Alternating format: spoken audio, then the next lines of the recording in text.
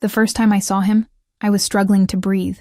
Not because of him, not yet, anyway, but because the vintage corset of my waitressing uniform was cinched too tight. A cruel joke from the new manager who thought I needed to fill it out better. I was balancing 3 plates of steaming pasta and a bottle of Barolo that cost more than my monthly rent, navigating through Bella Rosa's crowded Friday night service. I'd taken this second job to cover my sister Lily's medical bills. The insurance had rejected her latest treatment, using some obscure clause in microscopic print. The debt collectors were calling daily now, and the hospital administrator had started giving me those pitying looks that made my stomach knot. That night, the air in the restaurant was thick with the scent of truffle oil, garlic, and money. Old money that perfumed the room like an expensive cologne. Every table was filled with Milan's elite. Politicians laughing too loudly at jokes that weren't funny, businessmen with hungry eyes that followed the female servers, and women with diamond-encrusted wrists who barely touched their food. I was exhausted. My feet ached in the mandatory 4-inch heels, and my smile felt plastered to my face. No one noticed. No one ever did. I was part of the scenery, existing only to serve and disappear. Then the atmosphere changed. I didn't see him enter, but I felt it. The restaurant's cheerful buzz dampened to a reverent murmur. Heads turned subtly, careful not to stare too openly. Even the manager, who spent the evening barking orders, suddenly straightened his tie and smoothed his hair. "Table 7, he whispered urgently as he passed, his voice tight with stress. "Vittorio Costello, don't mess up." I knew the name, of course. Everyone in Milan did. The Costello family owned half the city, officially on paper, and the other half through whispered arrangements. They were old-school Cosa Nostra, with businesses that had gone legitimate generations ago. But everyone knew where the money came from originally. The rumors about Vittorio himself ranged from terrifying to mythic. He never appeared in photographs, never gave interviews, and supposedly never left a debt unpaid, whether it was owed in currency or blood. As I approached table 7, I kept my eyes down, focusing on not spilling the wine I'd been instructed to bring immediately. I could see only fragments of him at first. A midnight blue suit tailored to perfection, a heavy silver watch that glinted under the soft lighting, strong hands with a single platinum ring on his right index finger. I carefully placed the wine on the table and began to pour. "Good evening, signore. Welcome to... Look at me when you speak." His voice was low, barely above a whisper, but it cut through the ambient noise like a blade. I froze, the wine bottle suspended mid-pour. Something in his tone made it clear this wasn't a request, but a command that expected immediate compliance. I raised my eyes slowly, meeting his gaze for the first time. Vittorio Costello was nothing like I had imagined. I'd expected someone older, someone with the bloated, satisfied look of excess. Instead, I found myself staring at a man perhaps in his late 30s, with sharp features that seemed carved from marble. His hair was dark as ink, with silver threads at the temples that only heightened his aura of authority. But it was his eyes that made my breath catch. Gray like storm clouds, watchful and calculating, missing nothing. He wasn't alone. 2 men sat at adjacent tables, appearing to dine separately but unmistakably alert to their surroundings. One continually scanned the restaurant while speaking quietly into his cuff. Security, obviously. A third man stood discreetly by the entrance, his stance casual, but his attention focused. "Your name," Vittorio said, still watching me with that unblinking gaze. "Elena," I replied, surprised at how steady my voice sounded. "Elena Ricci." Something flickered across his face. Surprise, perhaps, or recognition, but it vanished so quickly I thought I'd imagined it. He nodded once, then gestured to the empty chair across from him. "Sit." I glanced nervously toward the kitchen, where my other table's orders were waiting. "I'm sorry, signore. I'm working. I can send another server if you prefer." I said sit, Elena Ricci. The way he said my name, like he was testing how it felt on his tongue, sent an involuntary shiver down my spine. His expression hadn't changed, but something dangerous had entered his voice. I sat. Behind me, I could see the manager making a distressed gesture, but one look from Vittorio, and he scurried away like a frightened mouse. "Do you know who I am?" Vittorio asked, pouring a second glass of wine and pushing it toward me. Yes, I answered honestly. There was no point in pretending otherwise. And does that frighten you? I considered lying, but something told me he would know. Yes, I admitted, but I imagine that's how you prefer it. His lips curved slightly, not quite a smile, but an acknowledgement. Most people wouldn't dare say that to my face. I'm too tired to be clever, signore. This time, the smile reached his eyes, transforming his face for just a moment before the mask slipped back into place. He studied me with renewed interest, as though I were a puzzle he hadn't expected to encounter. You work 2 jobs, he stated rather than asked. When I couldn't hide my surprise, he continued, Your hands. You have calluses from typing, yet you're here serving tables. The dark circles under your eyes suggest you're getting perhaps 4 hours of sleep. And you've worn the same shoes for at least 3 years, judging by the wear pattern, despite them being a size too small. I felt exposed, stripped bare by his observations. Are you always this attentive to the waitstaff, Signore Costello? Only when they intrigue me. He took a sip of his wine, his eyes never leaving mine. Why does Elena Ricci work herself to exhaustion? I shouldn't have told him. I should have made an excuse, slipped away, and continued with my anonymous existence. But there was something in his gaze that demanded truth, and I was too weary to resist. My sister is sick, I said quietly. The treatments are experimental. Insurance won't cover them. What's wrong with her? A rare form of leukemia. She's 17. He nodded once, processing this information with the same intensity he seemed to apply to everything. Then he reached into his jacket pocket and withdrew a sleek black card. He placed it on the table between us. Call this number tomorrow, 9 a.m. sharp. I didn't touch the card. I'm not looking for charity, signore. His expression hardened. Did I offer any? 9 a.m., Elena. Don't be late. He stood abruptly, leaving his wine mostly untouched. One of his security detail immediately appeared at his shoulder. Bring her file, he murmured to the man, who nodded once. As Vittorio turned to leave, he paused, looking back at me with those storm cloud eyes. You won't be returning to work here. It wasn't a suggestion.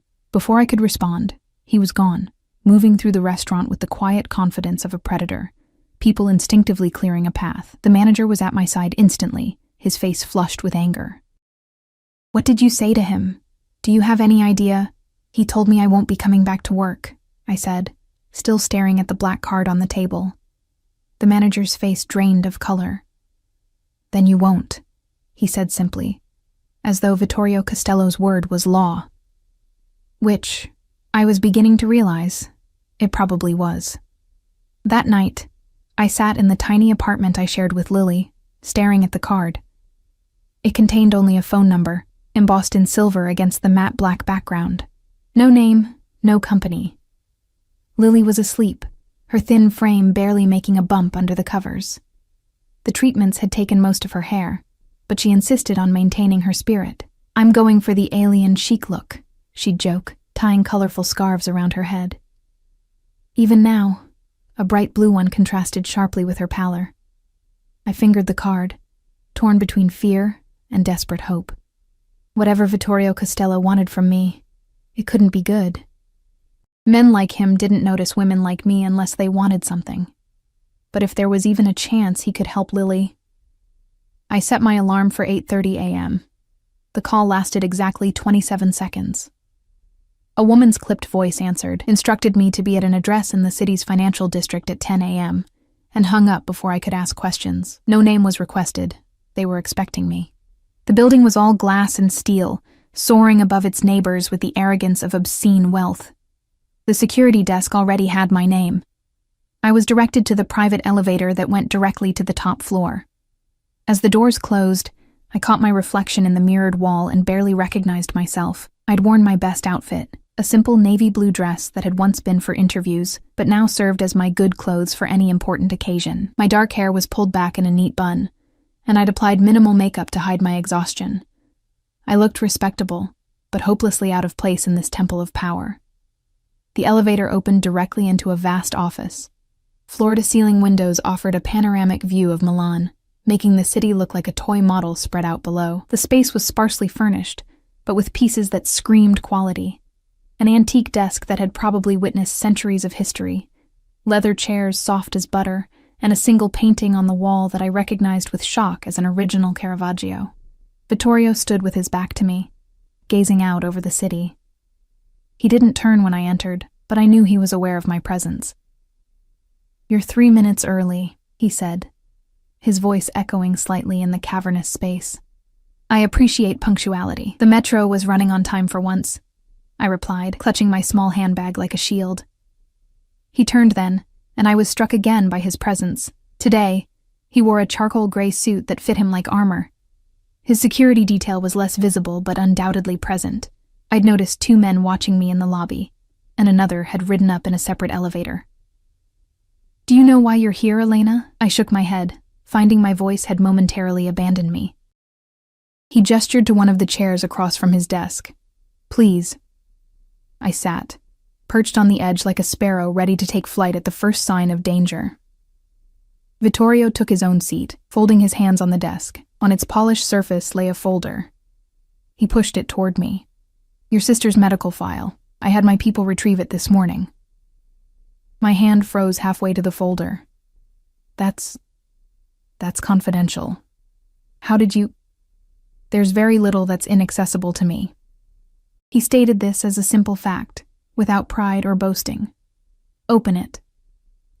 With trembling fingers, I flipped open the cover. Inside were all of Lily's records, her diagnosis, treatment plans, prognosis, and paperwork I'd never seen before. Approvals for experimental treatments, transfer requests to a specialized clinic in Switzerland, and a payment confirmation for an amount that made my head spin. "I don't understand," I whispered, looking up at him. "Your sister will receive the best care available. The Swiss clinic specializes in her particular form of leukemia.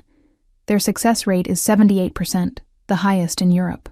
He spoke as though arranging multi-million euro medical treatments was as routine as ordering coffee. "She leaves tomorrow. All arrangements have been made." I stared at him, waiting for the catch, the dark underbelly of this miraculous offer. "Why would you do this? You don't know us." Vittorio's expression remained impassive, but something shifted in those storm-gray eyes. "I have my reasons." He opened a drawer and withdrew another folder, this one much thinner. "This is my offer to you." My heart sank. Here it was. The price. "What do you want from me?" I asked, my voice barely audible. "Marriage." The word hung in the air between us, absurd and impossible. I laughed, a short, disbelieving sound that died as soon as I saw his expression hadn't changed. "You can't be serious. I am rarely anything but serious, Elena." I stood abruptly, the chair scraping against the floor. "This is insane. You don't know me. I don't know you. Why would you—" "Sit down," he said quietly. And despite my panic, I found myself obeying. "The arrangement is simple. You will become my wife in name and public appearance. You will live in my home. You will attend functions as required. In return, your sister receives the treatment that will save her life, and you receive financial security." "And what else?" I pressed, knowing there had to be more. Men like him didn't marry women like me for companionship. His gaze was steady. "Nothing you're unwilling to give." I closed my eyes, trying to think through the fog of shock. This is blackmail." "No," he countered calmly. "Blackmail requires a threat. I'm offering a choice.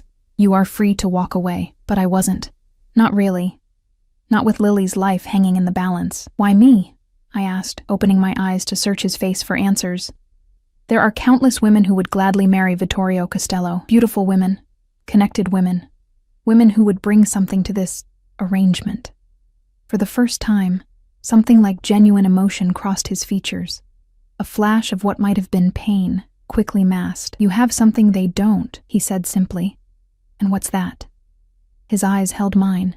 "You have nothing to lose." The truth of his words hit me like a physical blow. He was right. I had nothing except Lily, and he was offering to save her. What choice did I really have? "When?" I asked, my voice hollow. "Today. My lawyers have the paperwork ready." "Today?" I echoed in disbelief. Elena, he interrupted, his voice softening marginally.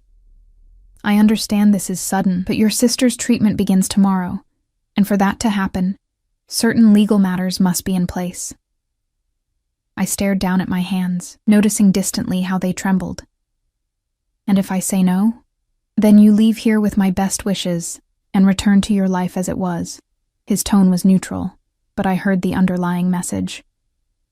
Return to watching my sister die slowly while I worked myself to exhaustion trying to save her. I looked up at him, this stranger who held my sister's life in his hands. Why do I feel like I've just made a deal with the devil? Something like amusement flickered in his eyes. Perhaps you have.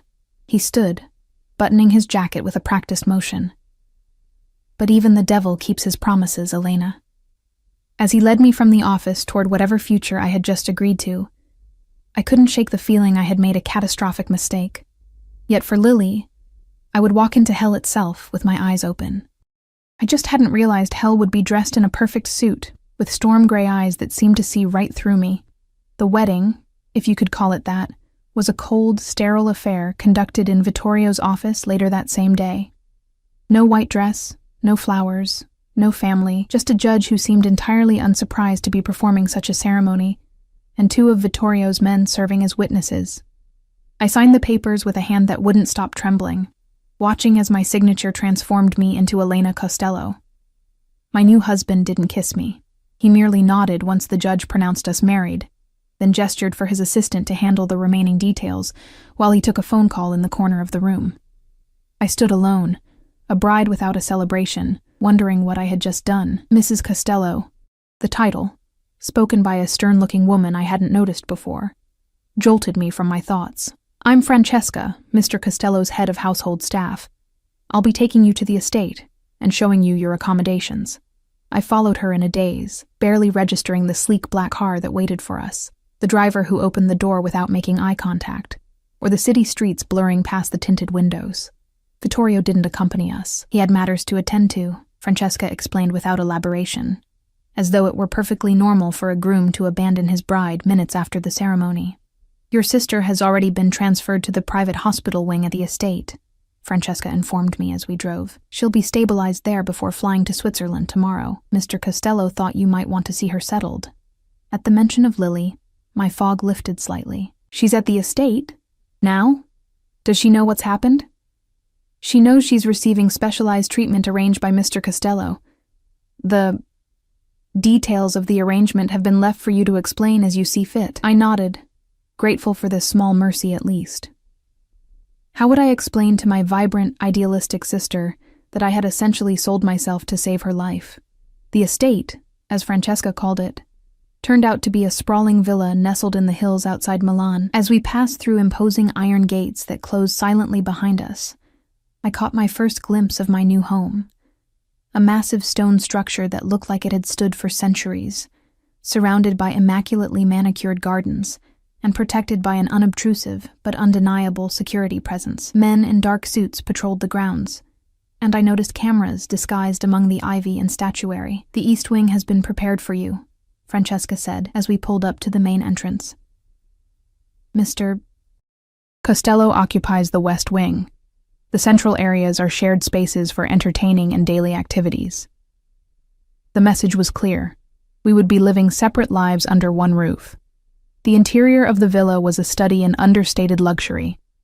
Priceless antiques mingling with modern pieces, marble floors, soaring ceilings, and art that belonged in museums rather than private homes. Francesca led me through a maze of corridors until we reached what she called my suite, which turned out to be larger than the entire apartment Lily and I had shared. Your belongings have been collected and will be delivered shortly, she informed me. Mr. Costello has arranged for a new wardrobe appropriate to your position.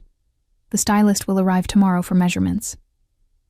I sank onto a velvet chaise, suddenly overwhelmed by the unreality of it all. When can I see my sister? She's resting now.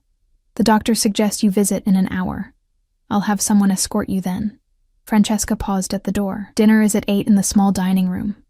Mr. Costello expects you to join him. With that, she left me alone in my gilded cage. The suite contained a bedroom with a bed large enough for 4 people, a sitting room where I currently sat, a dressing room lined with empty closets awaiting their new contents, and a bathroom with a tub that resembled a small swimming pool. Everything was decorated in shades of blue and silver, elegant, expensive, and utterly impersonal. I walked to the windows, which overlooked a section of the gardens, and beyond them, the rolling Lombardy countryside. The glass was bulletproof, I realized as I touched it, thicker than normal, with a subtle reinforcement visible at the edges. What kind of life necessitated bulletproof windows in your home? A life I had just married into. Exactly 58 minutes later, a soft knock at the door announced my escort, a young man named Marco, who explained he was part of the household security team.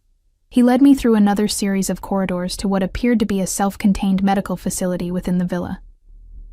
Lily was awake when I entered, propped up on pillows and looking better than she had in weeks. The room resembled a luxury hotel suite more than a hospital room, but the medical equipment discreetly positioned around the bed betrayed its true purpose. Elena.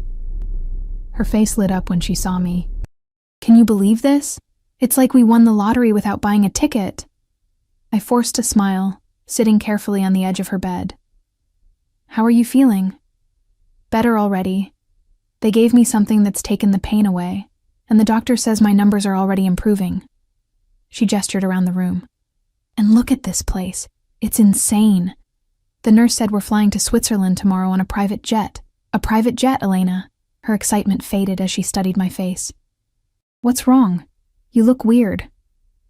I took her hand, trying to find the words. Lily, do you know who's paying for all this? She nodded. Some rich guy you work for? The one from the restaurant? They didn't tell me much, just that you had connections I didn't know about. Her eyes narrowed. What's going on? What aren't you telling me? I couldn't do it. Couldn't tell her the truth, not when she was looking at me with such hope and excitement. It's complicated, I said finally. But yes, it's Vittorio Costello. He's helping us. Out of the goodness of his heart, Lily had always been too perceptive for her own good. Come on, Lena. Nobody does something like this for nothing, especially not men like him. I might be sick, but I'm not stupid. I swallowed hard. We can talk about it after you're better. The important thing now is your treatment. She squeezed my hand. Whatever you did, whatever deal you made, thank you. But I'm worried about you. Don't be, I said, forcing brightness into my voice. Everything's going to be fine now. You're going to get better, and that's all that matters.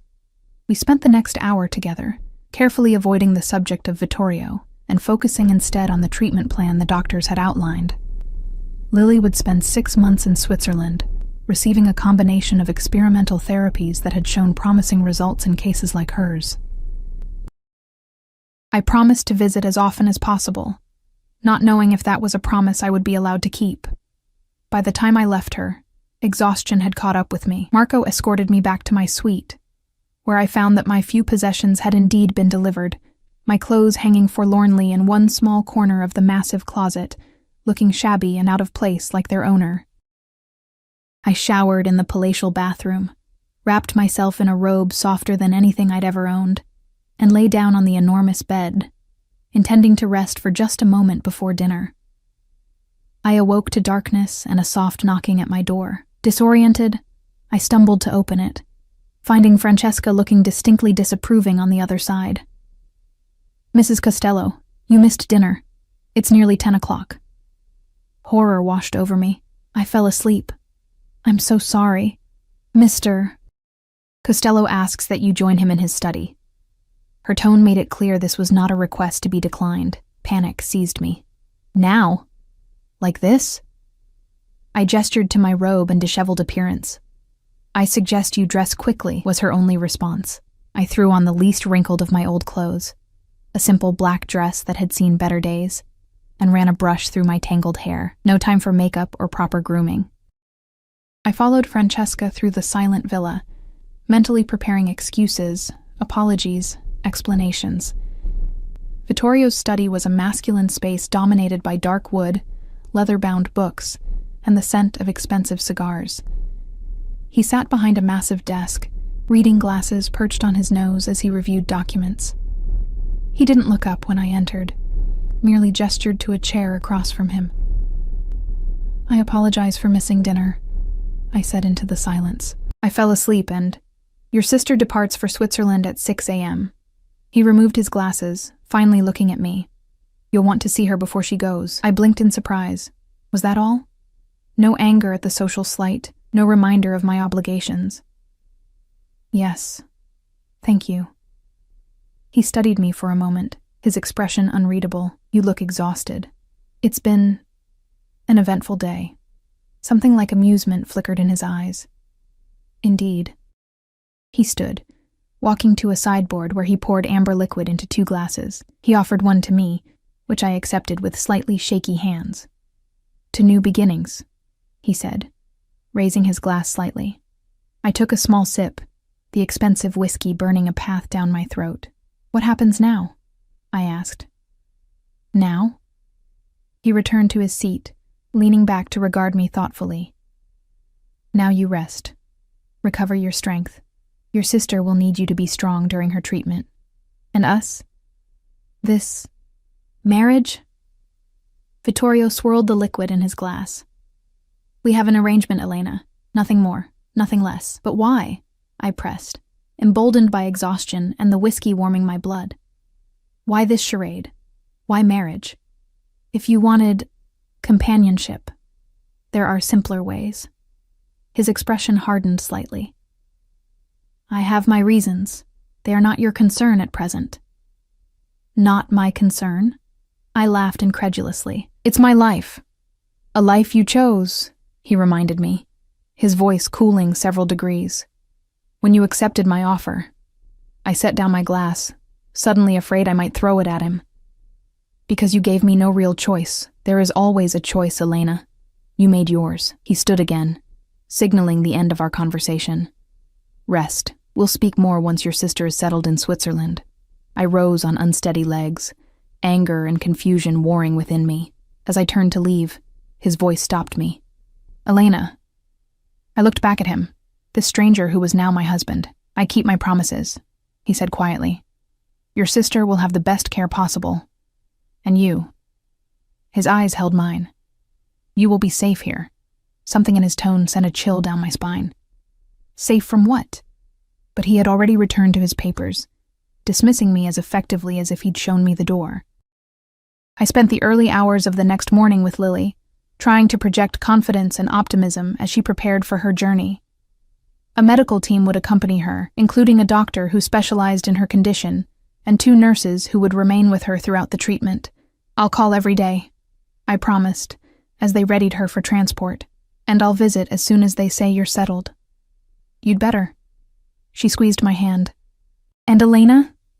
Figure out what you've gotten yourself into, okay? I want you safe too." I kissed her forehead, fighting back tears. "Don't worry about me. Just focus on getting better," as the medical team wheeled her toward the waiting helicopter, which would take her to the private airfield where Vittorio's jet awaited. I felt a presence beside me. Vittorio stood there, watching the proceedings with his usual inscrutable expression. "She'll be in good hands," he said, not looking at me. "Thank you," I whispered, and meant it, despite everything else. He nodded once, then walked away, leaving me to wave goodbye to my sister as she was lifted into the sky, headed toward hope and healing while I remained behind, bound to a man I didn't know by a contract disguised as marriage. As I watched the helicopter disappear into the dawn sky, I made a silent promise to Lily and to myself. I would discover why Vittorio Costello had chosen me, what he really wanted, and what dangers lurked behind his promise of safety. I just had to survive being his wife long enough to find out. Days passed in a strange, dreamlike routine. I explored the vast estate, getting lost more times than I could count in its labyrinthine corridors and sprawling gardens. I spoke daily with Lily, whose voice grew stronger with each call as the Swiss doctors expressed cautious optimism about her response to the treatment. And I rarely saw my husband. Vittorio left the villa before dawn most days, returning late in the evening, if at all. We occasionally shared silent, awkward dinners in the formal dining room, attended by staff who moved like ghosts around us. He asked polite questions about my comfort and Lily's progress, and I provided equally polite answers. He never touched me, never attempted to claim any husbandly rights, never even entered my wing of the house as far as I knew. It should have been a relief.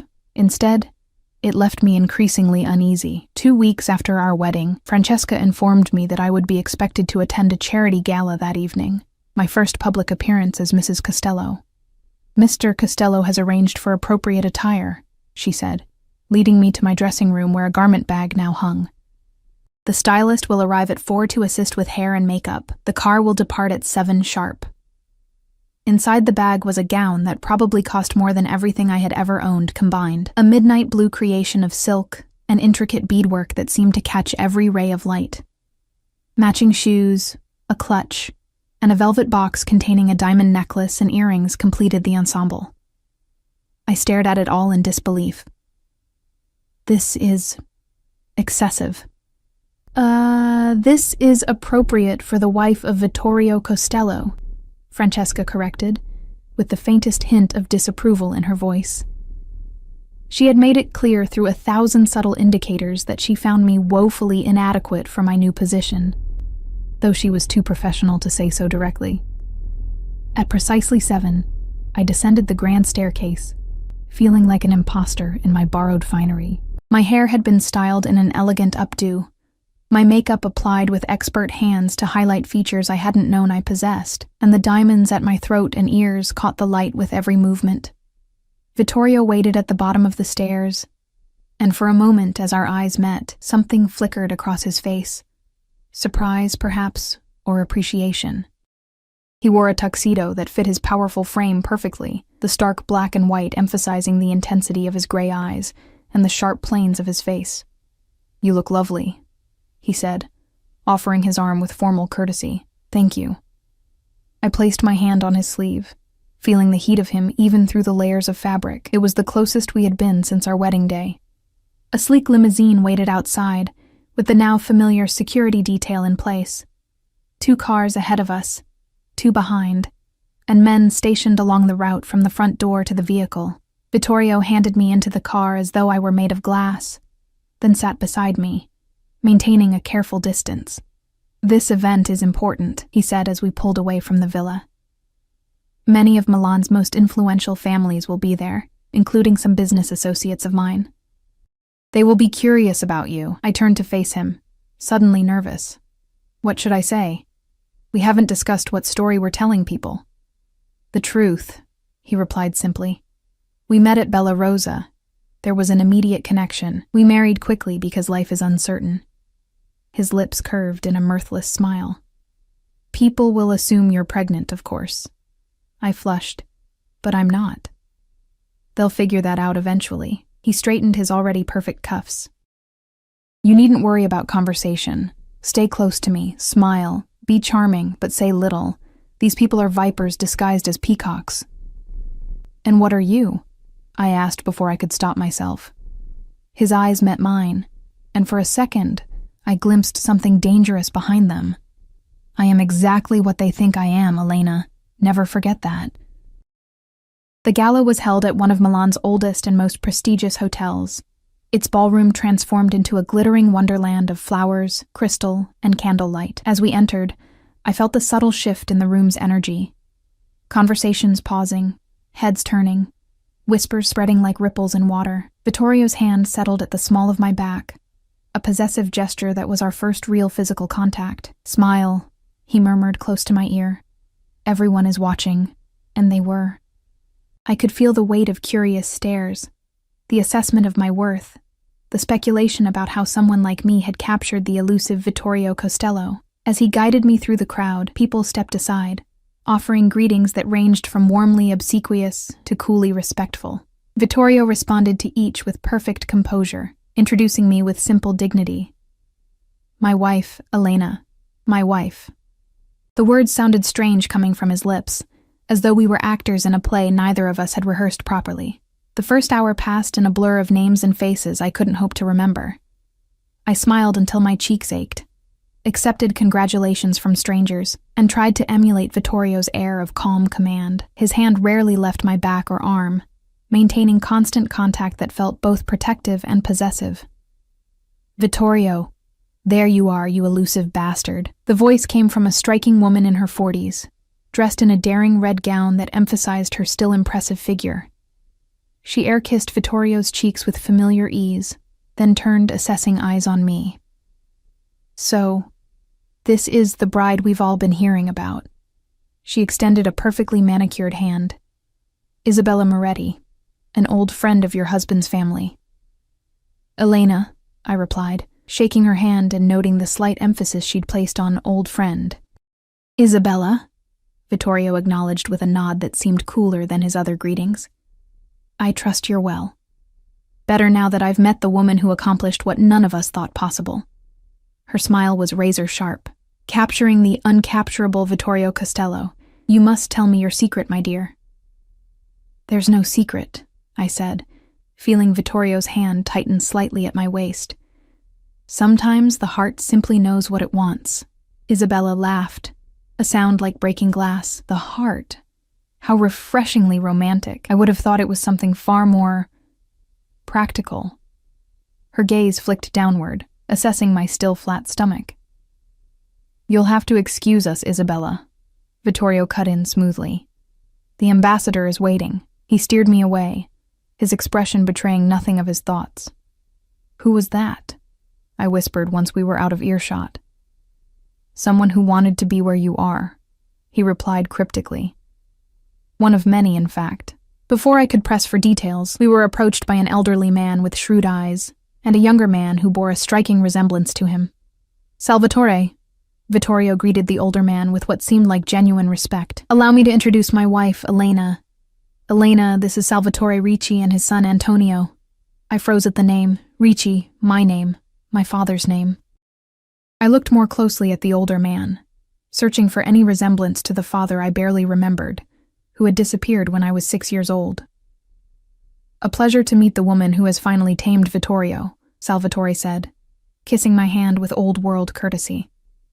Ricci, was it? Before your marriage, of course. Any relation to the Riccis of Tuscany? I don't think so, I managed, glancing at Vittorio, whose face revealed nothing. My father died when I was young. I know little of his family. Something passed between Salvatore and Vittorio, a silent communication I couldn't decipher. A shame, Salvatore murmured. Family is everything. Wouldn't you agree, Vittorio? Indeed, my husband replied, his tone giving away nothing of his thoughts. The evening continued in this vein.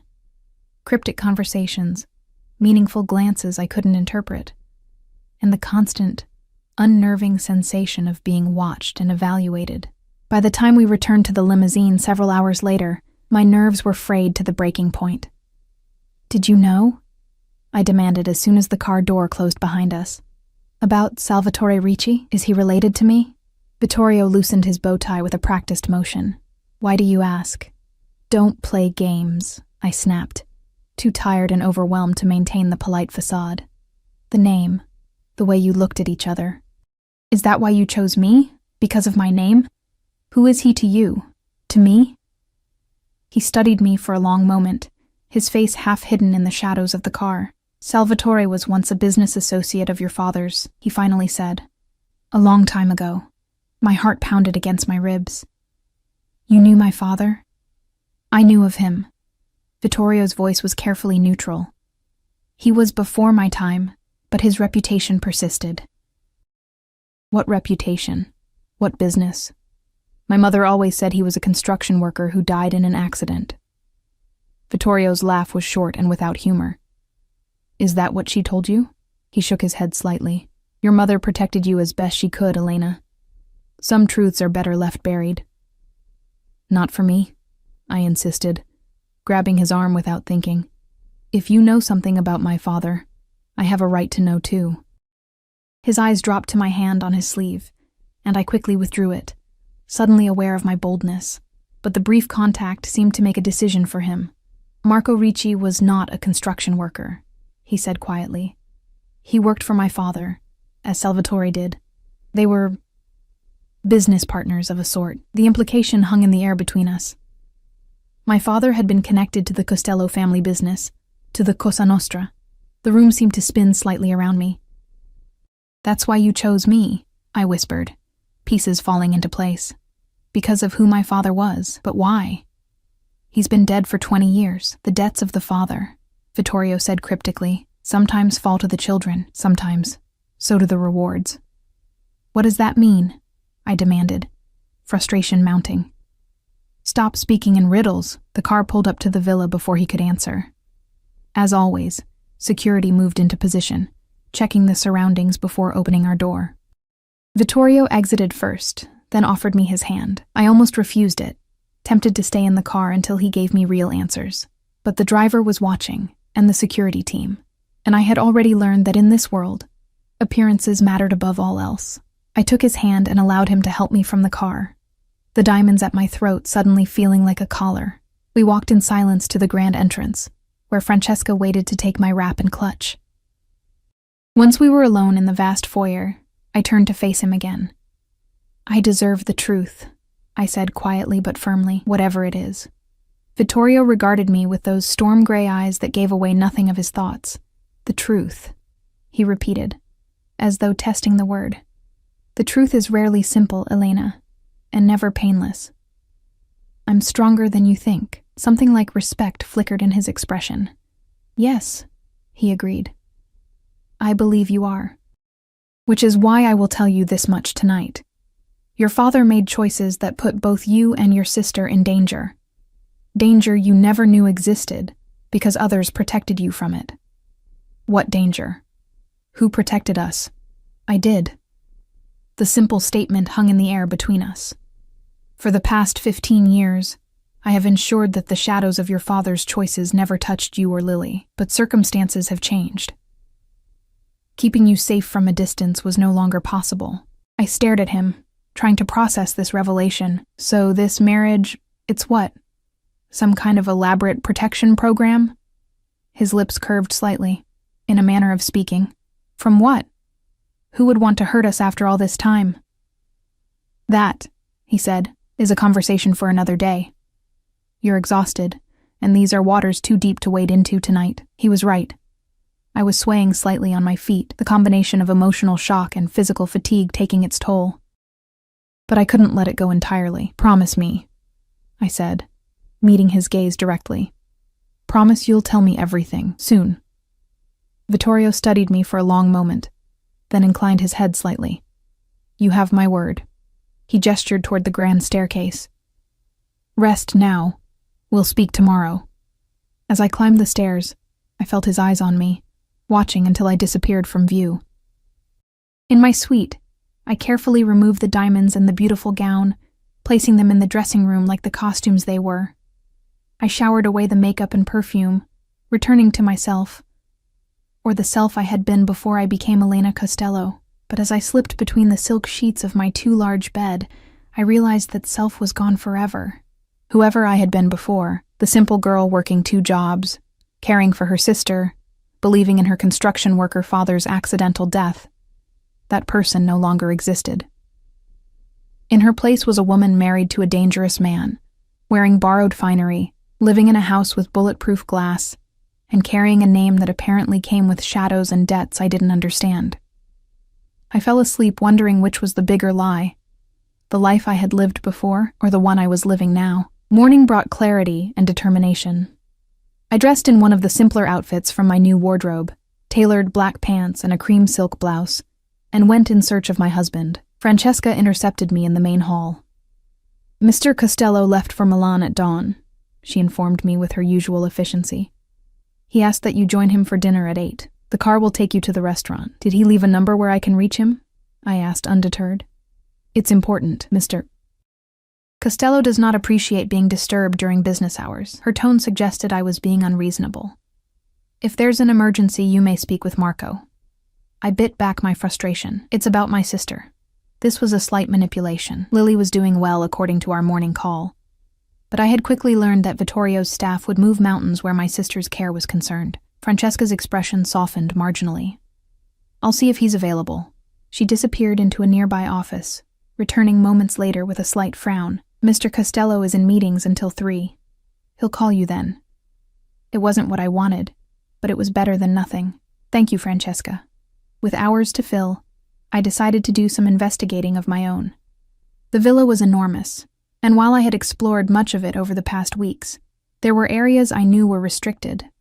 Vittorio's private wing, certain offices, and a section of the basement I had noticed but never ventured into. Today, I would start with a less forbidden territory: the library. If my father had indeed been connected to the Costello family, perhaps there would be records, photographs, some trace of him in the family archives. The library was my favorite room in the villa. 3 stories of floor-to-ceiling bookshelves accessible by rolling ladders, comfortable leather chairs, and windows that filled the space with natural light. It smelled of paper, leather, and wood polish, a scent I found immensely comforting. I began with the most obvious: family albums displayed on the lower shelves. They chronicled the Costello dynasty through generations: stern patriarchs, elegant wives, solemn children growing into powerful adults.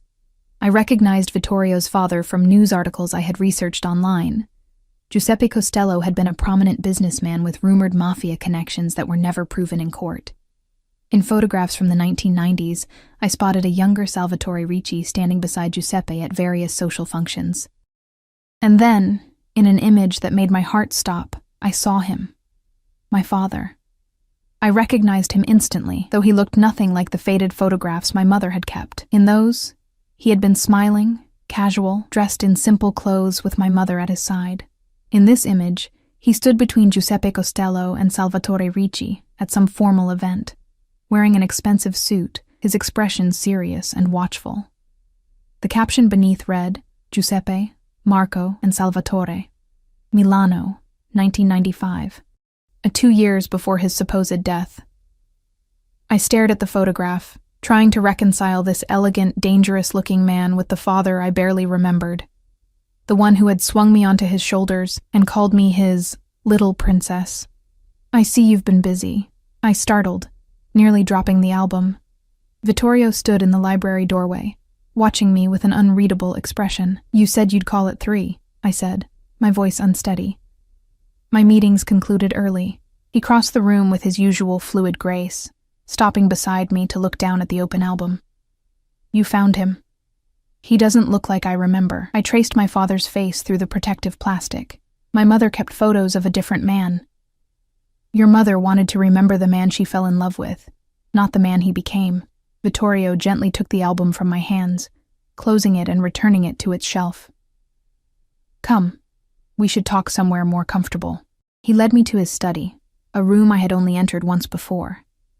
This time, I noticed details I had missed: photographs on the desk of a woman who resembled him, certificates and awards on the walls, a glass case containing antique weapons.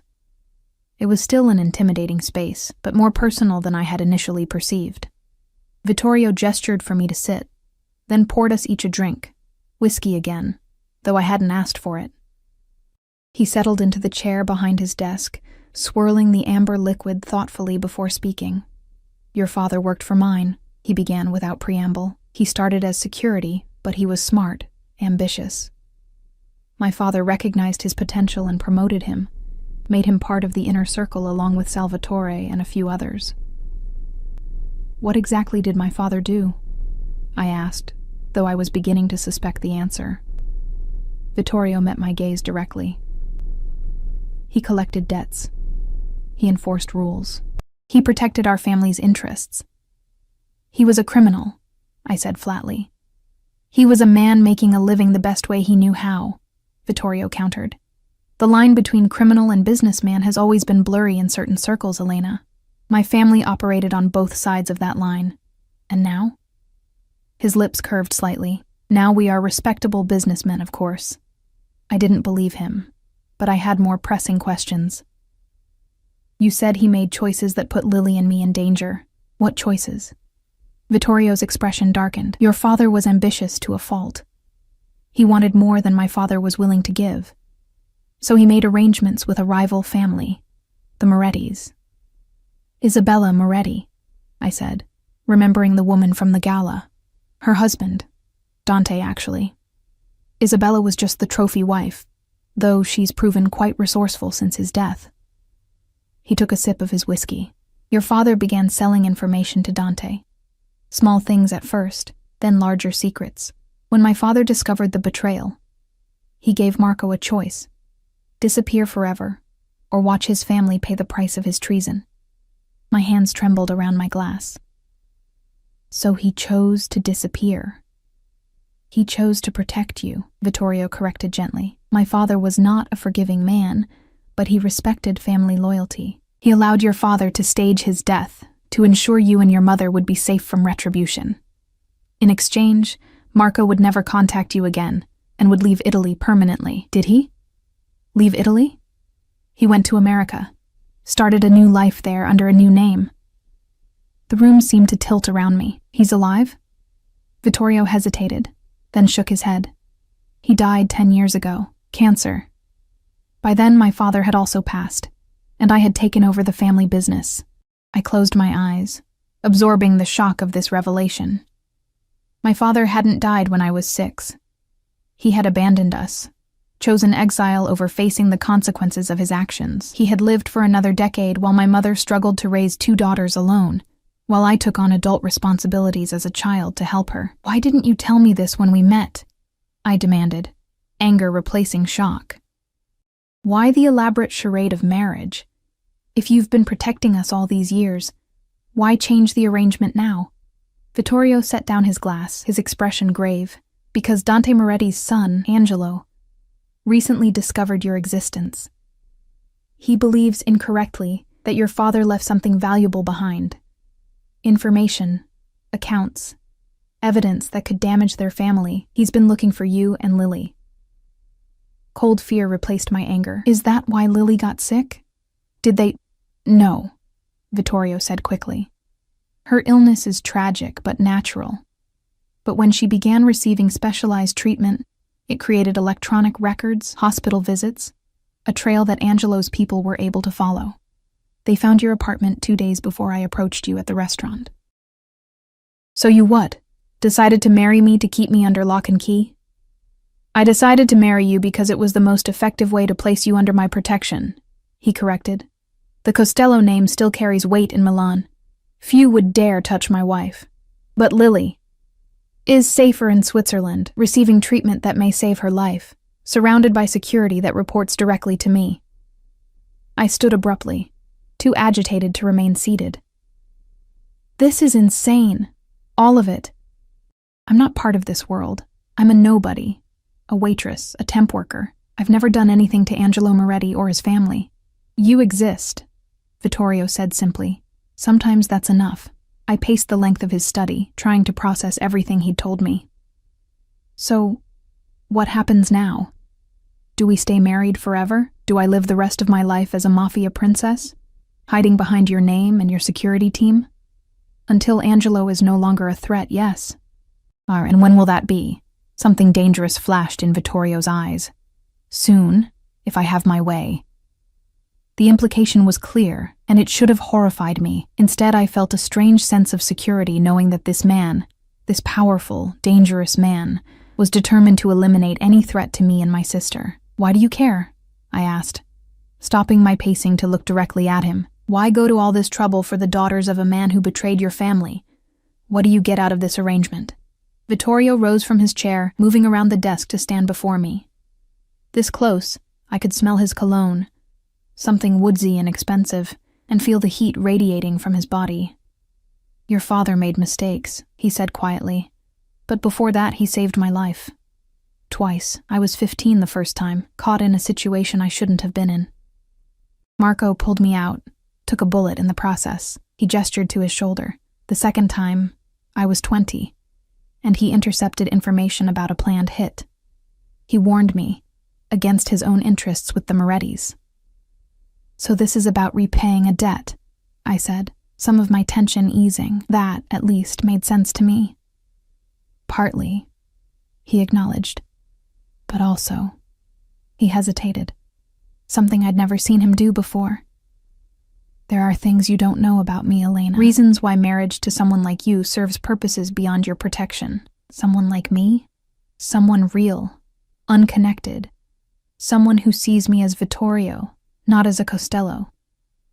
For the first time, I glimpsed vulnerability beneath his controlled exterior. This powerful, feared man was also, in some ways, as trapped as I was, imprisoned by his name, his position, the expectations of the world he inhabited.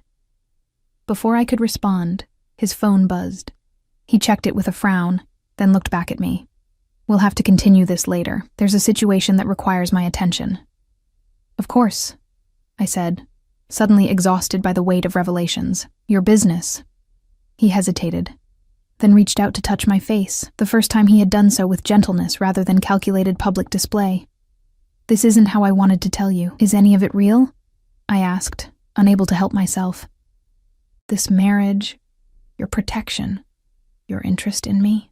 His expression softened marginally. "More real than you know."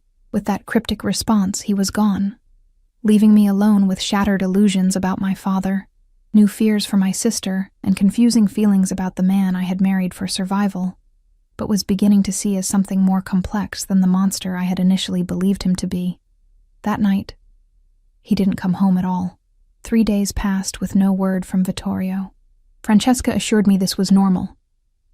Mr. Costello often has business that takes him away, but I noticed the increased security presence around the villa, the hushed conversations that stopped when I entered rooms, the tense vigilance of the guards patrolling the grounds. Something was wrong. On the 4th morning, I was speaking with Lily via video call when the connection suddenly dropped. I tried calling back immediately, but the call wouldn't go through. Panic rising, I rushed to find Marco, who had become my most reliable source of information in Vittorio's absence. I found him in the security room, surrounded by monitors showing different areas of the estate. He was speaking rapidly into a phone, his usual calm demeanor replaced by focused intensity. "Marco," I interrupted, fear making me bold. "I can't reach Lily. The call dropped, and now I can't get through." He looked up, his expression grim.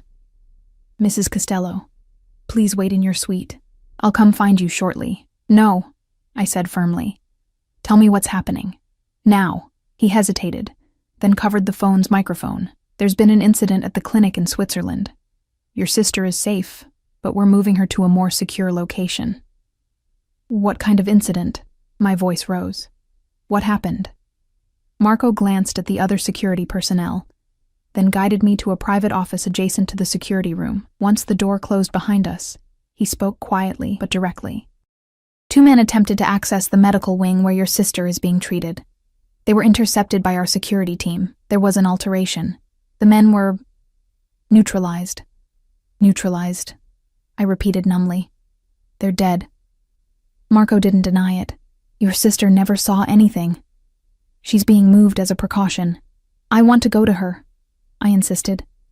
"Wherever you're taking her, I need to be there." "That's not possible right now," he said, his tone softening slightly. "Mr.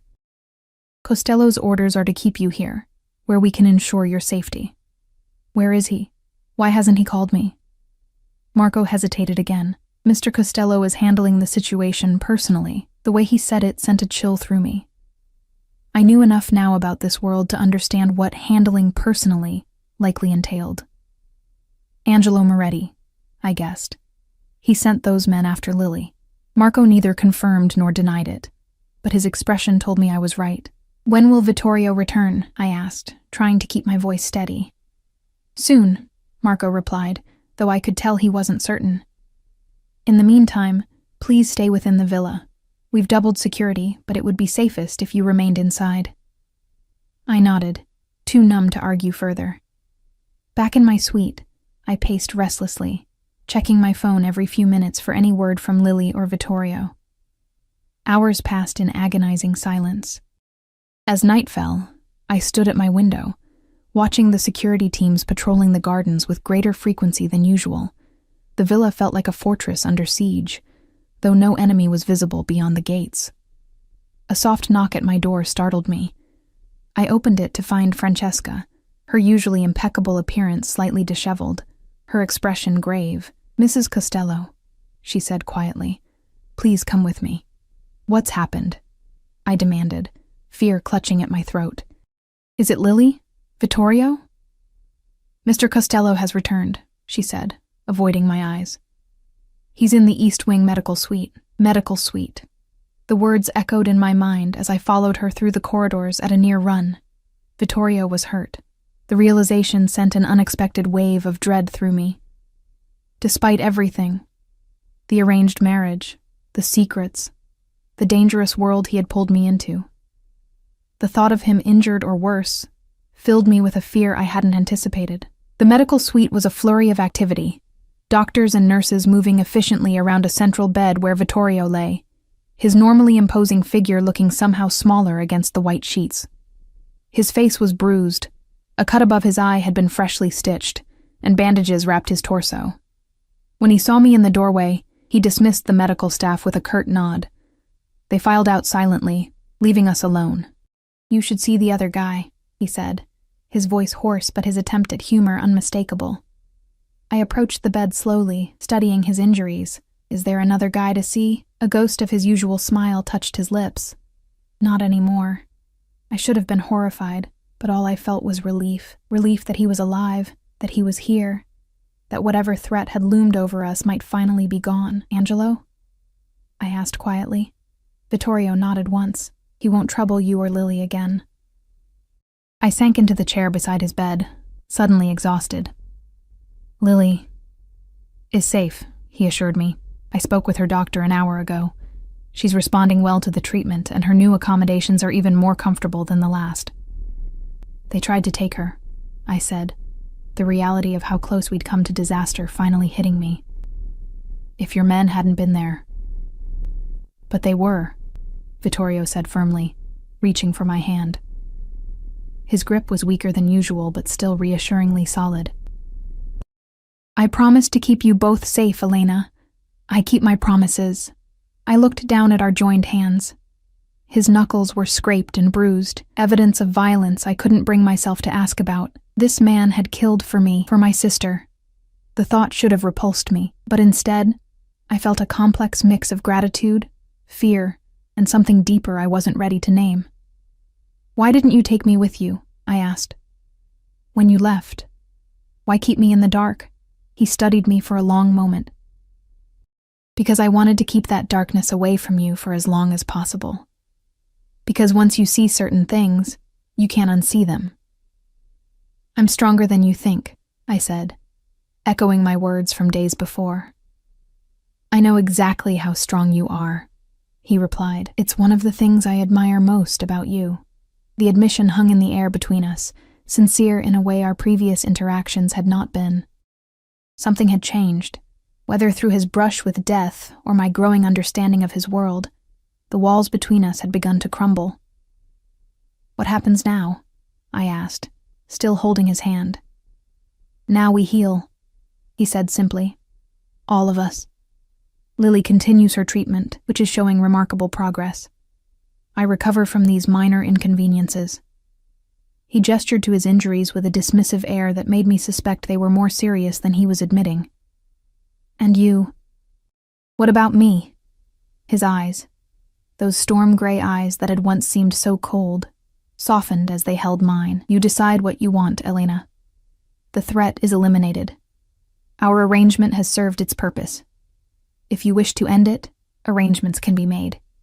"You'd let me go?" I asked, surprised by the offer. "Just like that?" "There would be conditions," he admitted. "Financial support for you and Lily, continued security, though less intrusive. A residence of your choosing." "But the marriage could be annulled or dissolved, if that's what you want." I should have felt relieved. This was my chance at freedom, at returning to something resembling a normal life. Yet the prospect filled me with unexpected emptiness. "And if that's not what I want?" I asked, my voice barely above a whisper. Vittorio's expression changed subtly, hope flickering behind his careful control. "Then we begin again," he said. "Not as a business arrangement, not as protector and protected, but as two people choosing each other with open eyes." "You would want that? With me?" He brought my hand to his lips, the gesture achingly gentle from a man I had once thought incapable of tenderness. "Elena," he said quietly, "I have watched over you since you were 12 years old. I saw you grow into a woman of extraordinary strength and compassion. I witnessed how you sacrificed everything for your sister without hesitation or resentment when the time came to bring you into my world. I chose marriage not just because it was the most effective protection, but because I had already begun to care for you in ways I hadn't allowed myself to acknowledge. You never touched me, I said, the observation slipping out before I could stop it. Because I wanted you to come to me willingly or not at all, he replied simply. I would not take what wasn't freely given, especially from someone who felt indebted to me. The honesty in his voice, the vulnerability in his usually guarded expression, they undid something inside me. The man before me was not just the dangerous Mafia boss or the calculating protector. He was simply Vittorio, a man who had carried the weight of his family's legacy while trying to forge something better, something real. I leaned forward, hesitating only briefly before pressing my lips to his. The kiss was gentle, mindful of his injuries, but the connection it forged was anything but fragile. When I pulled back, his eyes had darkened, and his hand had moved to cup my face. Stay with me, he said softly. Not because you have to, but because you choose to. I'll stay, I promised, realizing as I spoke that it was the truth. Somewhere amid the danger and deception, the fear and revelation, I had begun to see beyond the armor he wore to the man beneath. And that man, complicated, dangerous, but capable of surprising tenderness, was someone I wanted to know better. 6 months later, Lily completed her treatment in Switzerland, her cancer in full remission.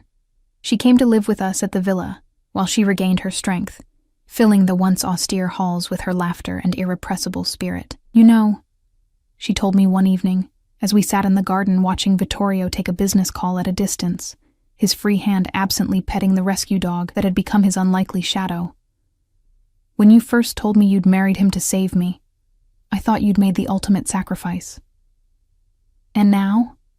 I asked, smiling as Vittorio shot us a questioning look, sensing we were talking about him. Now I think maybe I did you a favor, she teased, then grew serious.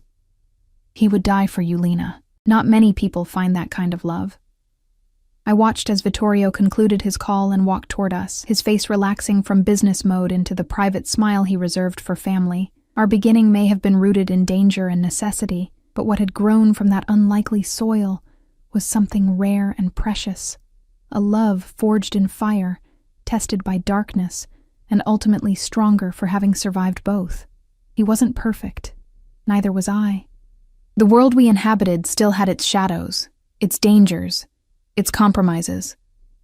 But we faced them together, eyes open, choosing each other every day, not because we had to, but because we wanted to. And in the end, that choice made all the difference.